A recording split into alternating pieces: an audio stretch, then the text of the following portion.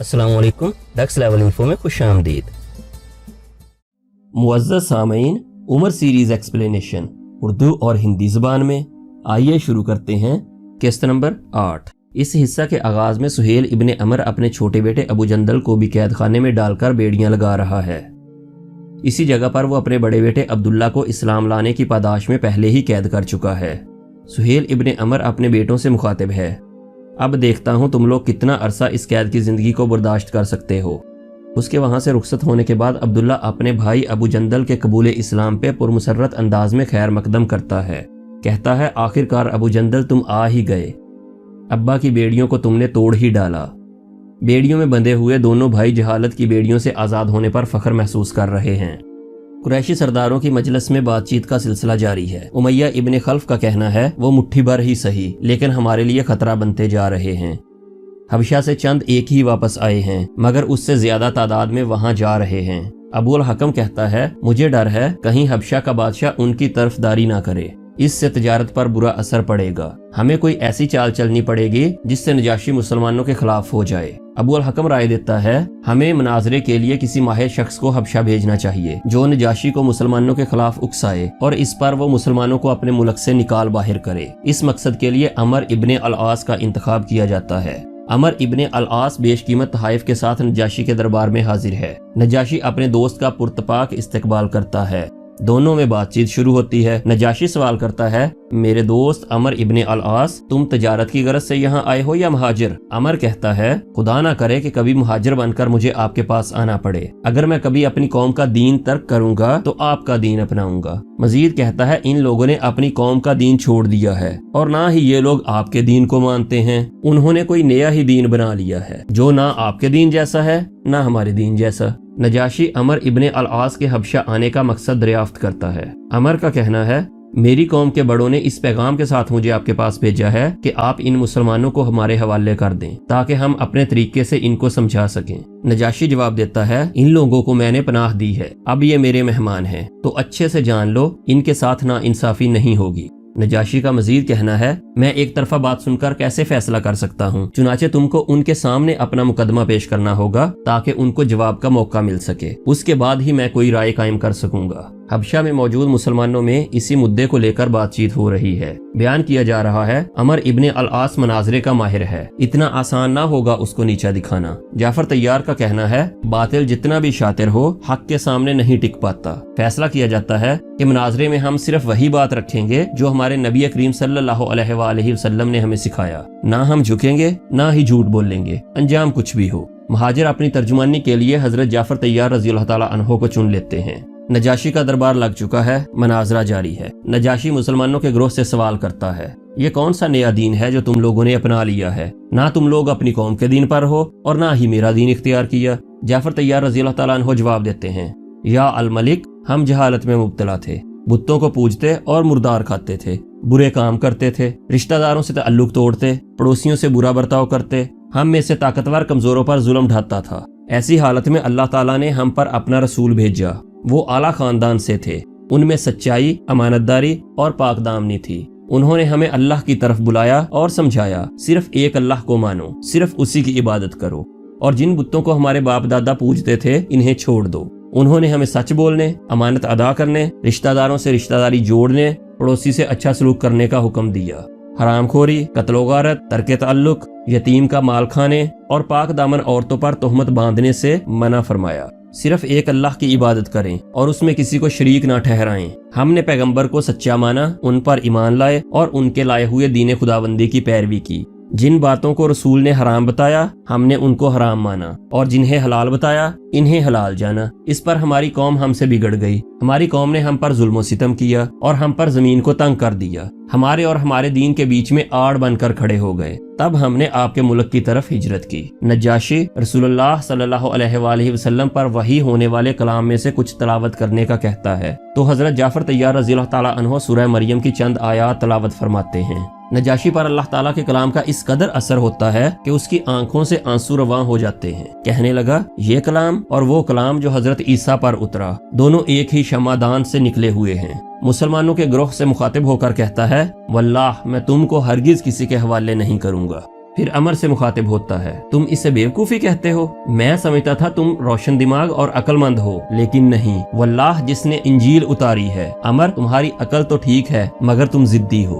अमर इब्ने अल-आस Najashi से कहता है, मुझे एक और मौका दें, फिर आप जो भी फैसला लें मुझे मंजूर होगा। नजाशी अमर इब्ने अल-आस को अपनी बात दोबारा पेश करने का एक और मौका दे देता है। अगले रोज फिर से नजाशी का दरबार लगा हुआ है। अमर इब्ने अल-आस अपना मुकदमा पेश करता है, या अल मलिक, ये लोग ईसा अलैहिस्सलाम के बारे में कुछ अजीब कहते हैं, जरा इनसे पूछिए तो सही। जवाबन जाफर तैयार रज़ियल्लाहु ताला अन्हु फरमाते हैं, वल्लाह हम वही कहते हैं जो हमारे नबी करीम सल्लल्लाहु अलैहि वसल्लम ने हमें सिखाया। ईसा इब्ने मरियम अल्लाह के रसूल थे और उसका वो कलमा थे जिसे अल्लाह ने कंवारी पाक दामन हजरत मरियम की तरफ इल्का किया था। नजाशी जमीन पर पड़ा हुआ एक तिनका उठाता है और उसको लहराते हुए कहता है, वल्लाह तुमने जो कहा वो इस तिनके के बराबर भी इससे ज्यादा ना थे। बादशाह मुसलमानों को अमन व अमान से अपने मुल्क में रहने की इजाजत दे देता है। मजीद कहता है, मैं सोने का पहाड़ लेकर भी तुम लोगों को सताना पसंद नहीं करूंगा। साथ ही अमर इब्ने अल-आस के लाए हुए तहाइफ उसको वापस कर देता है कि मुझे इनकी जरूरत नहीं। नजाशी मजीद कहता है, जब खुदा ने मुझे मेरा मुल्क वापस किया था तो मुझसे कोई रिश्वत नहीं ली थी, इसलिए मैं तुमसे रिश्वत लेकर इन लोगों को तुम्हारे हवाले नहीं करूंगा। दूसरी तरफ उमर रज़ियल्लाहु ताला अन्हु अपनी राह पर हैं। उनकी मुलाकात सलामा और अय्याश से होती है। उमर उन दोनों को आजाद देखकर हैरान हैं और पूछते हैं, तुम लोगों को अबुल हकम ने कैसे छोड़ दिया? सलामा जवाब देते हैं कि जब से अबुल हकम की माँ को पता चला कि उसने हमें कैद किया हुआ है वो उससे नाराज हो गईं। इस तरह अबुल हकम को मजबूरन हमें छोड़ना ही पड़ा। सुहेल इब्ने अमर के दोनों बेटे अब्दुल्ला और अबू जंदल भी उधर ही आ निकलते हैं। अबू हुज़ैफा इन दोनों को भी आजाद देखकर खुश हो जाते हैं। कहते हैं, जैसा सलूक अबुल हकम ने हमारे साथ किया वैसा ही इनके अब्बा ने इन दोनों के साथ किया। फिर सब मिलकर रसूलुल्लाह सल्लल्लाहु अलैहि वसल्लम की ज़ियारत के लिए चल देते हैं। दारुन नदवा की मजलिस में अबुल हकम बाकी शुरका से मुखातिब है। नबुव्वत को 7वां साल हो चला है। मोहम्मद के पैरोकार बढ़ते ही चले जा रहे हैं और साबित कदम भी हैं। जैसा कि हम सब जानते हैं इस सारे फसाद की जड़ एक ही है, तो हमारे पास अब इसके सिवा कोई चारा नहीं कि नाउज़ बिल्लाह मोहम्मद सल्लल्लाहु अलैहि वसल्लम को कत्ल कर दिया जाए। बदले में बनी हाशिम हमसे जंग भी करें तो हम ज्यादा भी हैं और मालदार भी। अबी तालिब अपने कबीले बनी हाशिम के लोगों से मुखातिब है, ऐ लोगो, कुरैश के कुछ लोग मेरे भतीजे मोहम्मद सल्लल्लाहु अलैहि वसल्लम के खिलाफ साजिश कर रहे हैं, जैसा कि उन्होंने तैयारियां भी शुरू कर दी हैं मोहम्मद को नुकसान पहुंचाने की। हमें आज से ही इनकी हिफाजत की जिम्मेदारी लेनी होगी। आप लोगों में से अगर कोई मोहम्मद के दीन को नहीं भी मानता तो कम अज कम खून का रिश्ता होने के नाते हमें उनकी हिफाजत करना होगी। मुश्किल की इस घड़ी में बनी हाशिम के तमाम लोग अहद करते हैं कि हम सब मिलकर उनकी निगहबानी की जिम्मेदारी लेंगे। अबू लहब इस सब का हिस्सा नहीं बनना चाहता। वो कुरैशी सरदारों की मजलिस में जाता है और ऐलान करता है कि मैं उनके साथ नहीं हूँ, मैं बनी हाशिम के लोगों के साथ नहीं हूँ, आप सब के साथ हूँ और मैं तो मानता हूँ अल-आत अल-उज़्ज़ा को। अबू हकम बाकी सब के सामने अबू लहब की तारीफ करता है कि हमें तुम्हारी वफादारी पर कोई शक नहीं।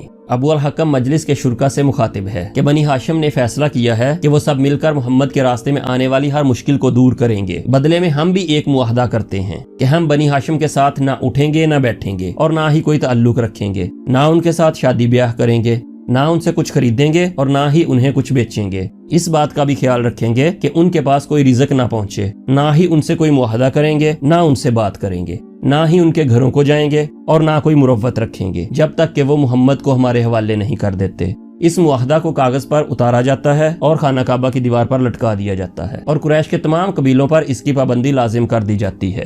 दिखाया जाता है बनी हाशिम के कबीले पर कड़ा वक्त शुरू हो गया है। एक तरफ मोहम्मद सल्लल्लाहु अलैहि वसल्लम की हिफाजत की जिम्मेदारी को आसान तरीके से अंजाम देना है, दूसरी तरफ कबीले के लोगों के लिए रिज़्क की फराहमी का बंदोबस्त करना है। इसी बिना पर अबी तालिब अपने भाई हजरत हमजा को कुछ हिदायत जारी कर रहे हैं। रिज़्क की तंगी का मामला शिद्दत इख्तियार करता जा रहा है क्योंकि कुरैश के बाकी कबीलों ने तमाम दाखिली रास्तों पर पाबंदी बिठा दी है ताकि कोई भी रिज़्क लेकर बनी हाशिम तक रसाई हासिल न कर सके। उमर रज़ियल्लाहु ताला अन्हु अपने कमसिन बेटे के साथ खाने पीने का सामान लेकर बनी हाशिम की मदद के लिए जा रहे हैं। कुरैशी कबीले के कुछ पहरेदार उनको रास्ता में रोकते हैं और उमर को खबरदार करते हैं कि हम आपको राशन लेकर इस रास्ता पर नहीं जाने देंगे। उमर सख्त लहजा इख्तियार करते हैं, तुम कौन होते हो मुझसे सवाल करने वाले। साथ ही अपना असा संभालते हुए उनको तनबीह करते हैं, अगर हमारा रास्ता न छोड़ा तो अंजाम भुगतने के लिए तैयार हो जाओ। उमर के रोब और दबदबे से तो सारा अरब वाकिफ था। वो लोग उमर का रास्ता छोड़कर वहां से चले जाते हैं। कमसिन बेटा अब्दुल्ला इब्ने उमर सवाल करता है, आपको डर नहीं लगा अब्बाजान? उमर जवाब देते हैं, अगर दिलों में खुदा का खौफ ना हो तो सब बर्बाद हो जाएगा। बहादुरी इंसान के अपने अंदर होती है, जो वक्त आने पर सामने आती है, और सामने वाले के दिल में आपसे ज्यादा खौफ पैदा हो जाता है।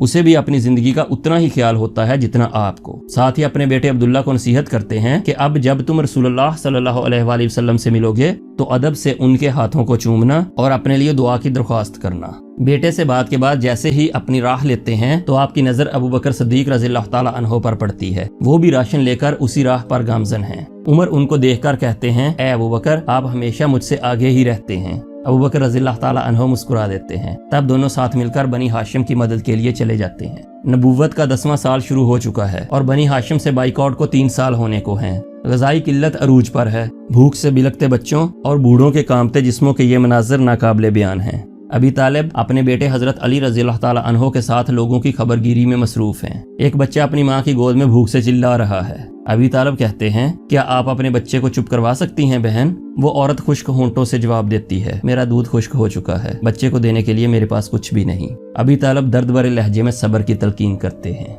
अबी तालिब अपने बेटे हजरत अली को नसीहत कर रहे हैं, अली याद रखना, हमने जो किया वो मोहम्मद के कहने पर किया। अगर उनको कुछ हुआ तो हमारी सारी कुर्बानी रायगां जाएगी, इसलिए हमेशा मोहम्मद के साथ रहना, अपनी जान से बढ़कर उनकी हिफाजत करना। मैं उम्र के आखिरी पड़ाव में हूँ, मेरे जीते जी कुरैश उनको नुकसान नहीं पहुँचा सकते, लेकिन मुझे फिक्र है कि मेरे बाद वो मोहम्मद के लिए ज्यादा खतरा ना बन जाएं। हजरत अली अहद करते हैं कि आप फिक्र ना करें, मैं आप सल्लल्लाहु अलैहि वसल्लम के लिए अपनी जान भी कुर्बान कर दूंगा। मैं उनकी हिफाजत और तरफदारी में कोई कसर ना छोड़ूंगा, चाहे कुछ भी हो जाए। इसी असना में कुरैश का एक सरदार कबीला बनी हाशिम के लोगों की खबरगिरी करता है। उनकी काबिल रहम हालत उसका दिल नरम कर देती है। वो कुरैशी सरदारों के पास जाता है, उनको मुखातिब करता है, सुनो ए कुरैश के लोगों, तुम यहाँ अच्छा खा रहे हो, उम्दा लिबास पहन रहे हो, जबकि वहाँ हाशिम भूख से मर रहे हैं। ना कोई उनसे कुछ खरीदने की हिम्मत करता है, ना बेचने की। मैं तब तक चैन से नहीं बैठूंगा जब तक ये जालिमाना मुआहदा फाड़ कर ना फेंक दूं। अबुल हकम के मना करने पर जवाब देता है कि तुम झूठे हो। क्या तुमने मुआहदा लिखने से पहले हम लोगों से मशवरा किया था? उसमें जो कुछ भी लिखा गया इसमें हमारी मर्जी शामिल नहीं। हम इस जालिमाना मुआहदा को अब नहीं मानते। साथ ही वो कुरैशी सरदारों से सवाल करता है, बताओ मुझे, ऐसा मुआहदा करके तुम लोगों को क्या हासिल हुआ, सिवाय इसके कि तमाम अरब ये जान गए हैं हम आपस में बढ़ चुके हैं। वो कहते हैं कि कुरैशियों को क्या हो गया है, ये अपने ही लोगों के साथ बदसलूकी करते हैं, ये अरबी रिवाज के खिलाफ है। वो तो ये भी कहते हैं कि कैसे मोहम्मद और उनके साथी इन तमाम मुश्किलों को बर्दाश्त कर रहे हैं, उन्होंने किसी पर एक उंगली तक नहीं उठाई। ये सब इसलिए कि वो हक पर कायम हैं। उन्होंने नबी की सोहबत में बेहतरीन अखलाक पेश किए हैं। इससे मोहम्मद और उनके सहाबाओं के कद बढ़े हैं। वो चाहते तो जंग का हुक्म दे सकते थे, लेकिन उन्होंने ऐसा नहीं किया। हम इस मुआहदा की मुखालफत करते हैं, अब इसको जरूर फाड़ देंगे, किसी में हिम्मत है तो रोको हमें। साथ ही वो कुरैशी सरदार उस मुआहदा को फाड़ने की गरज से खाना काबा की दीवार से उतारता है तो हैरान रह जाता है, तमाम मुआहदा कीड़े चाट गए हैं, सिर्फ उस पर बाकी है तो अल्लाह ताला का नाम। इस तरह बनी हाशिम का बाइकआउट खत्म हो जाता है। अबी तालिब और उमर वहीं पर मौजूद ये तमाम मंजर देख रहे होते हैं। वो दोनों अल्लाह ताला का शुक्र अदा करते हैं और उमर रज़ियल्लाहु ताला अन्हु भागते हुए बनी हाशिम के महसूर कबीले के पास जाते हैं और उनको ये खुशखबरी सुनाते हैं कि अल्लाह ताला ने आजमाइश का वक्त खत्म कर दिया है, यहाँ से उठो और घरों को जाने की तैयारी करो। ये खबर सुनकर हर तरफ अल्लाह अकबर की सदाएं गूंज उठती हैं। अबी तालिब शदीद बीमार हैं और रसूलुल्लाह उनकी इयादत के लिए तशरीफ लाते हैं। अबू तालिब उनको देखकर खुश हो जाते हैं, कहते हैं, मेरे भतीजे, आपकी हिफाजत के लिए मैं जो कर सकता था मैंने किया। काश मुझे थोड़ी और जिंदगी मिलती, इसलिए नहीं कि मुझे जिंदगी से प्यार है, बल्कि इसलिए कि मैं आपके साथ रह सकूं। लेकिन मेरा वक्त आ गया है। मेरा बेटा अली और आपके चचा हमजा और अब्बास हमेशा आपके साथ रहेंगे। दिखाया जाता है कि यसरब से मुसलमानों का एक गिरोह रसूलुल्लाह सल्लल्लाहु अलैहि वसल्लम से मिलने के लिए मक्का आता है। वो नबी करीम सल्लल्लाहु अलैहि वसल्लम से मुलाकात में अहद करते हैं कि हम आपकी बताई हुई शराइत पर कसम उठाते हैं, हम अल्लाह के सिवा किसी की इबादत नहीं करेंगे, ना चोरी करेंगे, ना ज़नाकारी करेंगे, ना अपने बच्चों को मारेंगे, ना यतीम बच्चों का माल खाएंगे, ना पाकदामन औरतों पर तोहमत लगाएंगे।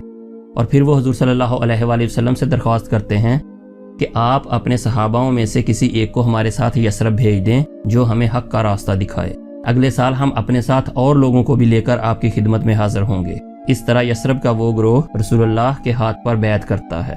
حضرت جعفر طیار رضی اللہ تعالیٰ عنہ کو ساتھ لے کر وہ یثرب کی طرف پلٹ جاتے ہیں۔ یثرب میں حضرت جعفر رضی اللہ تعالیٰ عنہ کی رہنمائی میں تبلیغ کا کام بہت تیز ہو جاتا ہے۔ وہاں پر مسلمانوں کی تعداد ہر گزرتے دن کے ساتھ بڑھنی شروع ہو جاتی ہے۔ تبلیغ کے انہی مناظر کے ساتھ یہ قسط اپنے اختتام کو پہنچ جاتی ہے۔